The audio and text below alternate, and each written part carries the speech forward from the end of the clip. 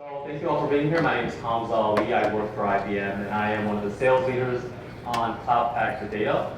So just a little context for you all if you don't know. Cloud Pak for Data is a platform that we came out with a little over a year ago. We used to call it IBM Cloud Private for Data, but we renamed it. So if you've heard terms like ICP4D, ICP4D, they are all the same as Cloud Pak for Data, one platform. And to go ahead and get started, I just want to talk a little bit about what we're going to talk about. We're going to start with why change. First of all, why IBM came out and created this product, this platform. And then I'm going to introduce the platform to you all, and introduce what microservices are, how we're really using them to provide some of the services that are available with the platform. I'm going to show you what those are, and there's really three pillars, so we'll go over them: is collect, organize, and analyze. And then depending on how much time we have left and how engaged we all are, I might be able to show a little bit of a demo and give you a glimpse of what the platform actually is. So I'll go ahead and kick it off. So why change? Why did IBM really create this platform?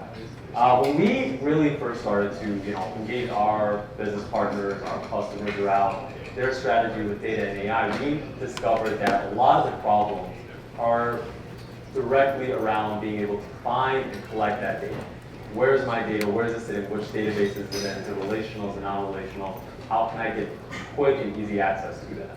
Other challenges really consisted of the ability to govern that data once they were able to find it and really make use of it, but also a lot of the work that goes into being able to create new environments whenever an IT department wants to start an analytics project.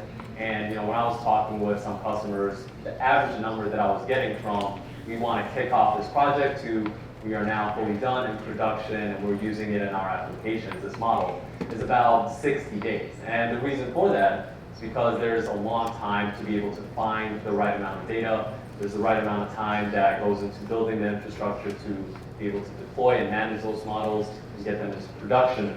And so rework was really a big one.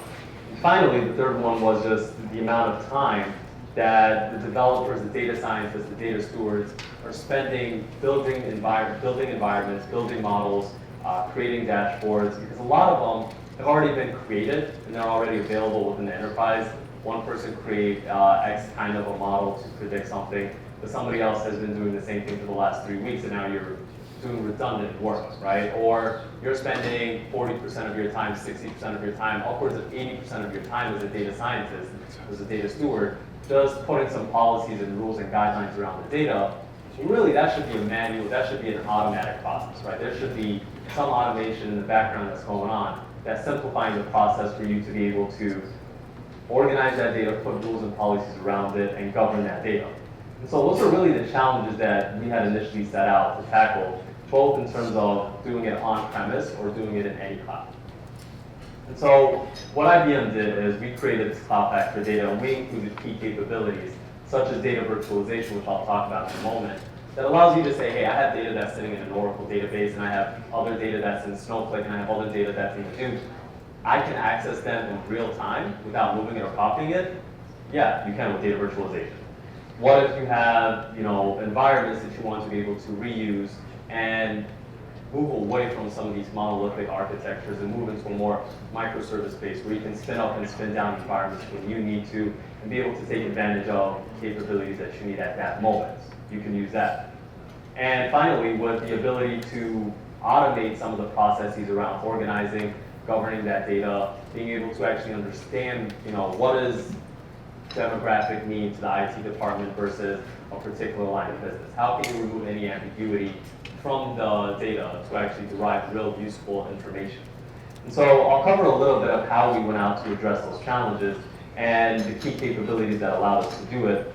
And really all those three capabilities together, right? Being able to find that data quick, easy, and simple, being able to organize that data to actually understand what it is and remove ambiguity, and then to analyze that data and infuse it in our applications, something IBM has really coined as the ladder to AI. And today you guys have heard a lot about, you can't just jump to AI, you can't just buy AI, and that's absolutely true. And this is, the foundation for being able to create those is a little bit of what I'm going to talk about here today. And so, Cloud Pak for Data, what is it? Who cares, and how does it actually work? So, if any of you in here, and I hope a lot of you in here are familiar with some of the IBM products and solutions, the tooling that we used to offer previously, you know that, or you understand at least, that we had specific solutions built to do specific things, right? So you have a tool that helps you, such as data stage, kind of move that data and maybe stage it and get it to where it needs to be an ETL tool, right? You have something like Watson Studio to help you build models. You have something like Microservices to help you organize that data. And they're absolutely great products, but individually, it's hard to be able to get the full use out of them because you have to find ways to integrate them with your environment, your architecture, and make it seamless, when oftentimes that's not the real reality of it. So we were offering solutions to our customers, and we were then telling them to be the system integrators, so we were asking business partners to go in and implement and put this picture that we painted for them together. Well, what we decided to do instead is take those solutions, take those capabilities, and make them available as one platform, as one offering that you can use, tools to help you find data, tools to help you organize it, analyze it, all within the same interface, and that you can have your data scientists, your data stewards, your data engineers, and various members across your entire organization really collaborating together. So your data engineer can very easily find some data that's sitting in, Snowflake or sitting in Oracle, and then be able to quickly get access to that and immediately have the data stewards start being able to put policies and rules around that data to actually make sure that it's used authentically and it's used correctly to build whatever models that you're going to create or whatever dashboards you're going to create. And so the process, again, really coming down to that collect, organize, analyze, right? Finding that data, quick, simple, and easy, organizing that data so that you can actually understand it, trust it, and then analyzing to get those insights out of it. So when I think of Cloud Pak for data, it comes down to 4 different layers. And this is when we start to talk a little bit about the microservices that are built in. But it comes down to 4 different layers. The first one is it's a cloud agnostic platform. This had a lot to do with us renaming it from Cloud Private to Cloud Pak for data. That's only part of the reason, of course. But we run on, obviously IBM Cloud. We run on AWS. We run on Azure. We run on, what am I forgetting? Google Cloud Platform, as well as being able to run all of this within your own data center. So think of any IBM solution that previously might have had to only run on IBM. You can now take those and run them anywhere. You can run Watson Studio on any cloud. You can run Microservices on any cloud, right? Watson anywhere. If you've heard that term, really referring to what IBM Cloud Pak for data is doing. And on that 4th layer, on the 2nd layer, we're going to have the Kubernetes, right? So for all of you who understand, Kubernetes is an orchestration layer. So what we're really saying is when you take a microservice, and the next slide is going to talk a little bit about microservices. When you take a microservice and you want to be able to have your particular functionality to organize data, integrate and work very well with the same capability to analyze that data. If you want your capabilities for your data stage, for example, that's going to make sure that the quality of the data is very good, to work very well with the same tools that are building the dashboards. Kubernetes is that layer that's really orchestrating those capabilities and making them run very smoothly. So the 3rd layer is the actual platform, which we named Cloud Pak for data. And that's where we're doing a lot of the collect, organize, and analyze. And this 4th layer is going to be our add-on section. And so for any of you that had the chance to go listen to the Cognos or the Watson APIs up here earlier today, you'll notice that all of those services are add-ons within the platform. So if you think of your iPhone, and you think of your iPhone as Cloud Pak for data, each one of those apps within your iPhone is going to be an add-on, right? So you open up your iPhone, you have text messaging, you have voicemail, you have FaceTime, and those are built in, and those are the core functionalities. And then if you want something like Twitter, Instagram, YouTube, you have to go to that add-on store, the app store, download those capabilities, and then run them within your iPhone. And that's what we're really enabling our customers to do is say, you can start out with these basic core functionalities to do some advanced analytics. And as you get more advanced, you get a lot better at this as a company, and you get those quick wins in succession. And now you want to be able to start expanding this not only to your maybe one particular marketing line of business, but you want to expand it across the board. You have add-ons that can do that for you. And in a nutshell, what we're really trying to say is, currently our customers' infrastructure looks a little bit like this, where they went out and got a bunch of different things and they put it together and they try to make it work very well. And yeah, it'll get you from point A to point B. but I wouldn't want to drive that, right? So what we're saying is when you have this containerized platform that's pre-integrated with all of the capabilities that you really need, and you can easily provision new capabilities, it's like driving a Tesla, right? Versus driving some, gosh, I really can't tell you what that car is, but it's not good. So microservices, how are we actually making Cloud Pak for Data work? What is the secret sauce in it? It's microservices. So microservices, to give you a high-level understanding, if we take something as simple as Cognos Analytics. So Cognos Analytics has two main capabilities. It has reporting capabilities, and it has some dashboarding capabilities. And together, they make up this really great tool, Cognos. But individually, what you could do is take that reporting capability, you could put it in a container, you could put it on top of that Kubernetes layer, and then you can have the reporting capability working very well with the dashboarding capability. And then you can take some others, like InfoServer or PMsquare, and containerize that. Now you have some really great data quality capabilities alongside your ability to do some reporting and dashboarding. So very easily you can understand how once you containerize specific applications, specific services and functions, you can have them work very well together across the board. And to give you a little bit more context into containers, what we're really saying is with Red Hat OpenShift being that bottom layer there, containers are really providing us the logging, the monitoring, the security, the identity access management as a base, and then you're able to take whatever IBM containerized software we have. So for example, the reporting of Cognos, right, is that blue overlay, and it's doing Redshift or Red Hat OpenShift, excuse me, is able to do all of the logging, the monitoring, the security for us. So we don't have to worry about, do we trust it, is it safe, is there access to it, is it going to work well together? Kubernetes is doing all of that for us, or Red Hat OpenShift is doing all of that for us. So when we take a look at all of those different microservices that are available within the platform. Could you go back a slide for a second?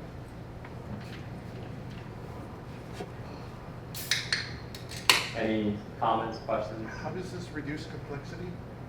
So what do you mean by that when you say How do you say reduce complexity and increase horizontal scalability? I can see the horizontal scalability, but it seems like it's increasing complexity.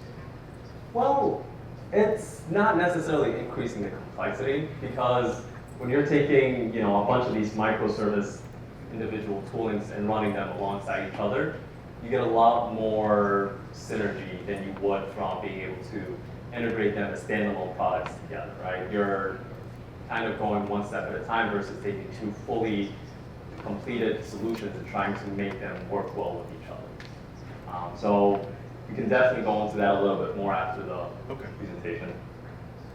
So when we take a look at some of the individual services that are available within the platform, and I hope you all can see this, I know it's a little black and white, but when we take a look at the individual services that are available within the platform, you'll see again that collect, organize, analyze to really simplify the pillars of this platform. First of all, you see that they're powered by solutions that we have historically had. So we take a look at something like collect, which is being powered by DB2 and DB2 warehouse technologies, right?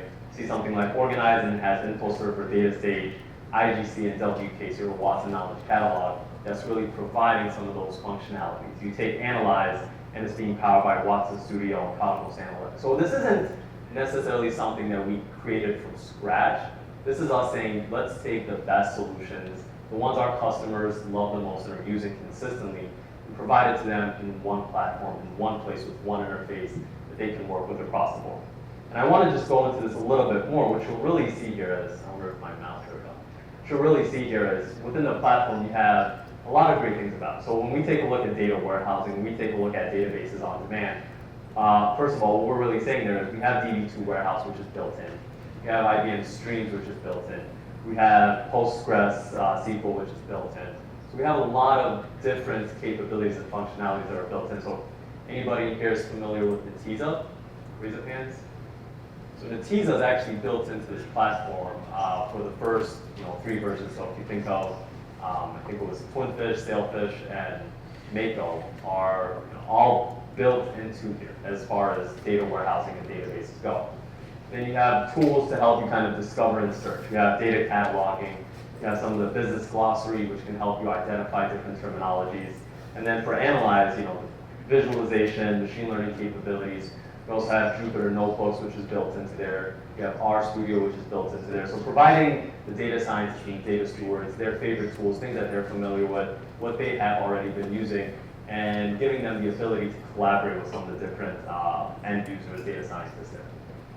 And so the add-on section then comes if, some of these here are the built-in capabilities which are getting out of the box.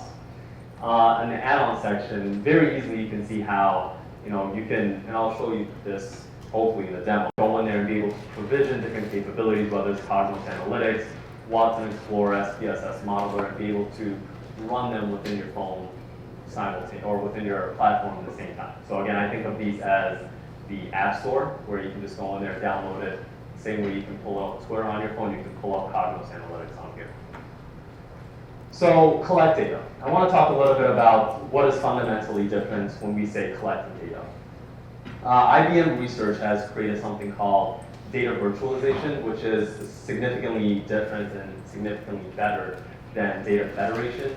So with data virtualization, what we are suggesting is that instead of querying every single database as if it was, an individual database and you have to do consecutive times or multiple times, we give you the ability to query all of your databases at once. Additionally, instead of going through to each single database and trying to bring back that information, what we do is we are creating a computational mesh, right? So on the top there, you'll see when you issue a query, typically what's happening is it goes to that coordinator, and then that coordinator is going to go to every one of those end nodes, and these are examples for databases. It's going to go to each and every single one of those and try to bring that information back to the coordinator, which is then going to consolidate that information and make it available back to the person who issued the query. With the computational mesh, what we're suggesting is, what we're doing is when you issue this query, instead of going to each one of these individual nodes, it'll do all of the work on the edge. So it'll create this computational mesh around it. It'll share all of this data back with the next node and the next and next and so on. And it's only going to bring back the relevant information. So as with this one, if you issue a query for demographic, for example, again, it can go out and it can get data from here, so on, and bring back 50,000 rows of data. Whereas with this, because it's doing all the work on the edge, it's only going to bring back the relevant information to you. So instead of getting 50,000 rows, you're only getting the 5,000 that are actually matter. So you push the coordinator down to the edge? Yeah. Okay. Organizing data, right? So let's say you went through the process of collecting your data, which can be done and obviously through data virtualization, but it can also be done through the historical approach of ETLs, right? That's a built-in capability with data state. So what we say is, once you have the ability to discover where your data is, right? That's the first step from whatever data sources you want to. Once you have the ability to discover that, what the platform allows you to do is to automatically start profiling, classifying, and assigning terms to this data set based on what it has done in the past. You can start to apply some quality metrics to it to say this is 90% clean, 70% clean, based on the metadata that it has available. It can also, do some personal curation from the data steward, and make all of that then available in one single catalog for your end users to come and then be able to, shop for information from this catalog, to be able to create some sort of self-service analytic models or dashboards or some Jupyter Notebook straight from the catalog, right? Accessing the data from there. And by doing this, you're reducing the amount of time that it takes for your data engineer to be able to go find some information, your data steward to actually do the governance that's around it and get it to that end user, right? It's all about how quickly can we make this happen, how effective is it, how efficient is it, how much do we really trust the information and the data that we have. So with Analyze, coming into here a little bit, what I want to talk about here isn't necessarily how we do the Analyze, but more so what you have available to you when you're doing some analysis. And so obviously you have some of the different capabilities, the Watson API services that we talked about. You have Watson AI OpenScale, Watson Machine Learning, Watson Studio, and you have a lot of different open source frameworks, TensorFlow, Jupyter Notebooks. They're all built in for the data scientists to be able to use their favorite toolings, use what they're most comfortable with using, and be able to create some really great insights from the data. Additionally, we have just another listing of some of the different open source tools that we have built in. as well as all the different Watson Studio capabilities, so SPSS modeler. I'm not going to read off of there, but I think you all get the purpose, is that what we're really trying to do with this platform is say, instead of taking a pinpoint approach to the architecture and suggesting, and actually this is a pretty good visualization here, instead of taking a pinpoint solution to the architecture and saying, let us offer a specific capability for data access, let's offer a specific function or a solution to data management and storage. What we're saying is, let us provide you a platform that your entire organization can use across the board, and that it can be governed, trusted, and that you have collaboration from your data scientists, your data stewards, and the people who are really making an impact with your analytics. Let's give them an environment where they don't have to spin up and create new environments every single time where they want to create a project, but that they can reuse some of the models that have been previously built, some of the data bases that have already been accessed and that we already have information from. Let's reuse, models or whatever else that we created in the past, and let's not waste so much time trying to do the same stuff over and over again. When we came out with this platform, it was originally, number one in the marketplace. Still is number one. I don't know why I said it. Still is number one in the marketplace in terms of both the strategy of it as well as the market share, which is now significantly grown since then. IBM has done over close to $200 million in that first year that it's been open, because customers have, obviously when we think of what's built into the platform, the solutions, InfoSphere, Cognos, all those other analytic solutions from BI and hybrid data management that we've offered individually are the same tools that we're using in this platform. And the only difference is that instead of giving you pinpoint solutions to really try and do every single little detail, we're offering the entire platform and saying, choose which one of these specific capabilities that you want to be able to spin up and spin down, whether that's data virtualization to help you connect to the data and access it, or that's going to be some of the IGC, WKC, knowledge catalog kind of capabilities to help you organize and understand and catalog that data. Or you're strictly interested in Watson APIs, you have the ability to spin that service up within the platform and just be able to use that as well. So giving the customers the flexibility, the range of capabilities to choose from and pick from, and all of that can be spin up and spin down on really any cloud, on-premise, wherever they choose to do it. I want to share one additional use case with you all. So this was a published reference from Sprint. And Sprint was an early adapter of Cloud Pak for data.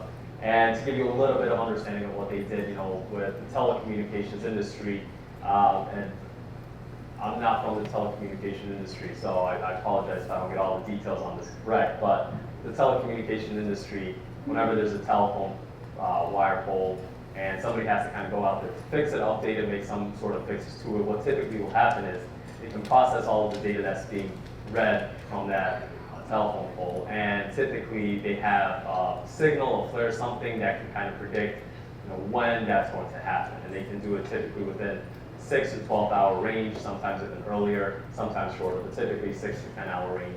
And what they're saying is with Cloud Pak for data, by being able to take the data virtualization capability and read data from any database in real time, and then be able to process and classify and assign terminology to all the different data that's coming in real time, they're able to streamline the process of issuing the ticket, to be able to send somebody out and be able to fix it before it goes down.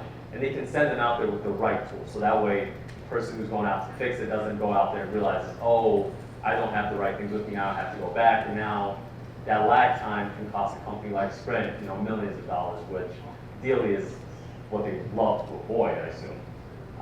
So there's a couple of references in here, or resources in here to help you kind of get started. There's a walkthrough, which is, I assume this deck will be sent out, so there's going to be a walkthrough that you can kind of click through. And this walkthrough gives you great access to be able to just play around with it, guides you through everything. There's a 14-day guided trial, and then there's also an access to a public cluster that you can kind of play around with on your own as well. So in a high sense, that's what Cloud Pak for data is, and I want to just take a moment here to, before I jump into a demo, and show you the platform a little bit, see if there's any questions, comments, anything in particular. Awesome. I love when there's no questions. All right, so Cloud Pak for Data, again, it's been renamed, so if you guys do hear Cloud Private for Data or ICP4D, it's all one and the same. But one of the great things about this platform, when you first log in, of course, is going to give you a high-level oversight into, what are your information governance rules and how many of those have been assigned, your terminology and how much of that has been assigned, your governance rule, how much of that has been assigned. You get a very nice asset distribution geographically to just be able to determine, if you're an international company, you might have data centers all across the world. Very nice view of it in real time, high-level overviews, and as well as just some other high-level overview dashboards that you can kind of customize and build on your own to be able to just get real-time access. This is a lot more useful for executives that we talk with, directors, CIOs, CTOs, who maybe aren't going too deep in the weeds, right? And over here on the left, you get a hand. So you're not directing your screen.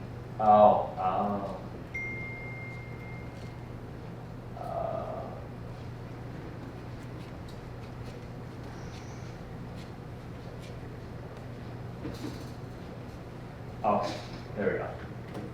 So nobody, I'm assuming nobody saw what I was just saying, like the last 30 seconds. Thanks for letting me know. Appreciate it.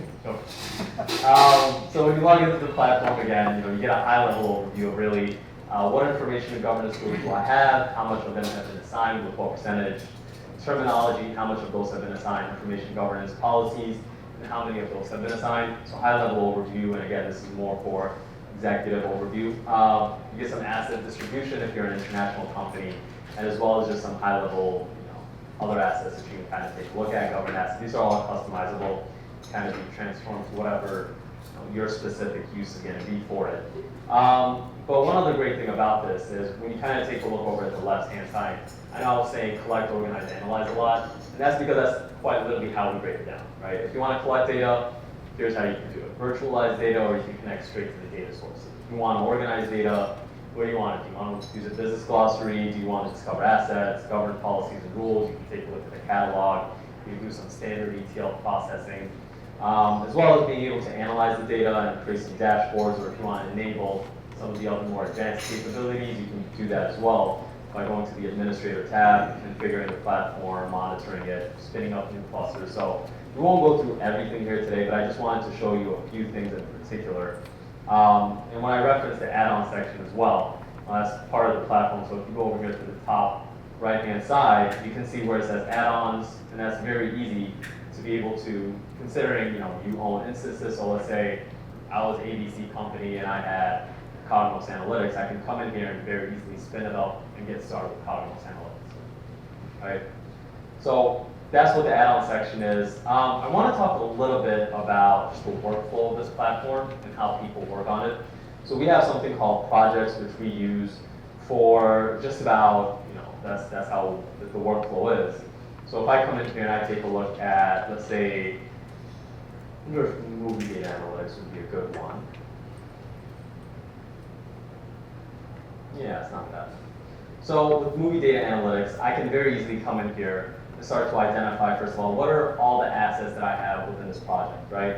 I can look at the different environments, but let's start with the collaborators. Maybe I want to just be able to say, I want to add somebody to this. I want to add Mr. Analyst, Ms. Scientist, Mr. Engineer. Choose who you want to work with on it. Give them a particular permission. Is it an administrator, editor, or just reviewer?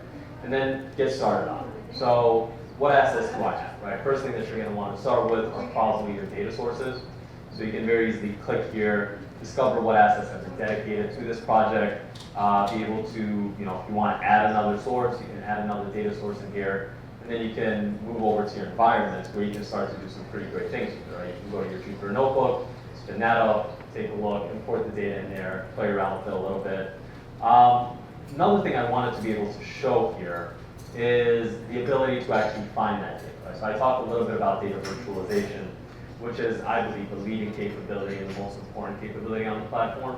Because again, what we're saying with data virtualization is if you have data that's sitting on AWS, on-prem, in Oracle, somewhere else, you can very easily just point to that data and connect to it in real time. So if I go into the data virtualization or virtualized data here,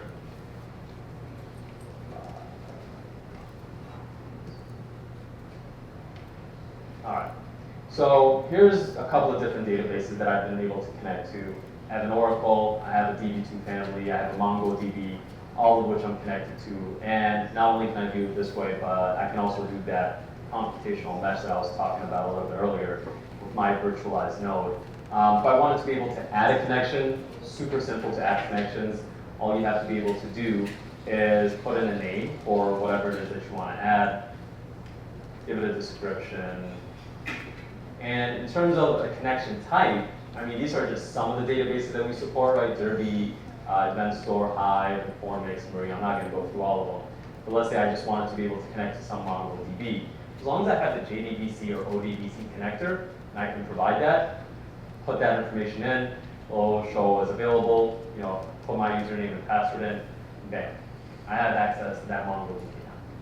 Now I can virtualize the data from there, bring it into the platform, and do all sorts of different things with it. So you're not actually installing anything on the database? No, you're not installing anything on the database. Okay. So this is a very comprehensive platform. It covers a lot of broad capabilities. This is something where, you know, our customers have found to be extremely exciting because a lot of them, whether they're moving to microservice-based architectures, whether they are moving to different clouds, you know, this is something where we can come in, or maybe they just have, I was working with a customer in industrial, they have, you know, they're spread out all across America, they have 80 different, I think it was like Sysbase or, can't quite remember the database at the moment, but over 80 different databases that they're trying to collect information from.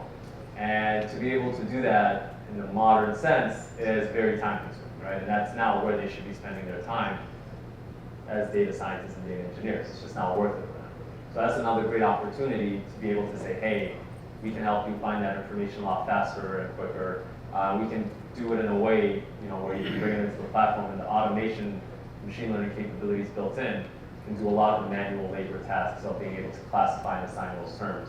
And also one last thing here, which is just that specific capability, right? So let's say with this particular example, I went through and I connected to that database, that Mongo database, or in this, let's just say it's the DB2 warehouse, right? What you can really do about it is choose a particular browser, or choose a particular schema, excuse me. Let's just say inst1. Say okay. And the great thing about this is once you want to say, I just want to discover what's available, I just want to see what's made this connection to it, just show me what's available within this database, right? Earlier I said how the automatic machine learning capabilities in the background can help you profile and classify that data. You can assign business terms automatically and then analyze that data quality automatically. You can do for the entire schema that you chose or particular sampling. And then just go ahead and say discover. But since we've already done this once or twice, I'm just going to show you what it would bring back. So let's see. So here's that DB2 and 1. And so, not this one. So here's, this is a different database. It's a sales database. But we wanted to go ahead and profile, classify it, want to assign terms, and then be able to get a particular quality score from it, right? So when we do that, we say discover it, it's gonna pull up all of the relevant information in that database. This is just dummy data that was filled in there. You can see the quality of it. So that's really just going horizontally and vertically within the database, that schema, and saying, are there any anomalies? Should this be an integer and it's not? Is this a bool and it's not? You know, has very specific criteria similar to, and this is coming from InfoSphere, to actually give you a particular quality on it. You can assign particular terms that have been pre-identified within your business terms. So you know, there's nothing assigned here, and there should be, right? So if I wanted to say store should mean something like store location, which has a 70% match for it, I can give it that. Or if it wasn't actually store, you know, location, and it was really store number, I can go ahead and assign that. So some of the metadata that you can assign as the terms, and be able to just get a lot more accurate search capabilities from it, right? So if you discover something like that, you get a little bit more understanding into where is it, what's in this particular database, and then you can publish it into the catalog. So catalog, the great thing about that is once you have something within your catalog, you know, you can do two things. Obviously, you can go down here into your data catalog just be able to take a look at it there, as well as just being able to look here and say something like, show me movies, right? And it's going to go to the data catalog and it'll pull up all relevant information for movie. It'll pull up tables, it'll pull up columns, it'll pull up everything that I really want to kind of discover about movies. So I can choose one and I can add it to choose an actual table. Yeah, choose this one here, and then I can actually go into it and take a look at the relationship graph, get more insights out of it, be able to actually understand, you know, what are some of the different attributes in this, departments, revenue, genre ID, runtime.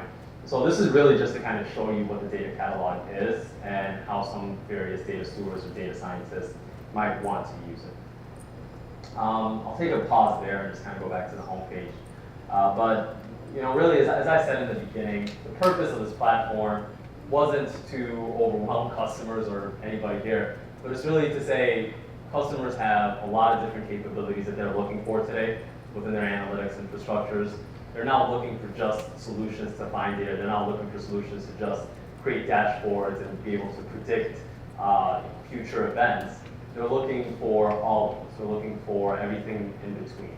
And by just offering pinpoint solutions to collect that data or pinpoint solutions to organize or whatever, isn't going to be effective anymore. And one example that we even have of that is if you take a look at what's happening in the marketplace today, where Salesforce was acquiring Tableau and Google is acquiring Looker.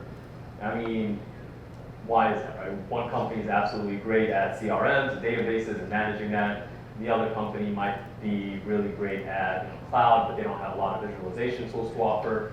So Google now has something called Google Anthos, which came out about 8-9 months after we came out with Cloud Pak for Data, which tries to mimic a lot of what we're doing here, which tells you that companies are catching on to this. Microsoft is coming out with a platform that is going to try to resemble Cloud Pak for Data in terms of an integrated platform that offers various capabilities. So we see this happening more and more and more. So that's the approach, that's where the future is really going, and that's where IBM has capitalized with Cloud Pak for Data and said, we want to just be able to get in front of this and provide our customers an early experience to it. So I'll pause there. I think that saved us all extra 5-7 minutes here, so question? So if, let's say our company has a number of databases in AWS and Amazon somewhere, used for all different things. If I wanted to use this on top of it, I'd have to, I mean, the best, wouldn't it make sense to install this near the data? Right? So it's going to pull all that data in. You can leave the data where it is. It's going to be a slow connection. No. The connection is actually 40 times faster than federation, what data federation is. There's a 90-day free trial if you're already on AWS, so you can just go on there, spin one up, play around with it. It's absolutely free. I mean, you're paying for the infrastructure to Amazon. You're not paying IBM anything there. When you're virtualizing that data, again, because you're not copying or moving it, you're not paying. It's not costing you anything to. Okay. That's why I'm used to the, have to take an extract of the data and move it all into another staging database and do the analysis. Yeah. You're just creating a view into that database. Awesome. Well, thank you all so much for your time. I absolutely appreciate it.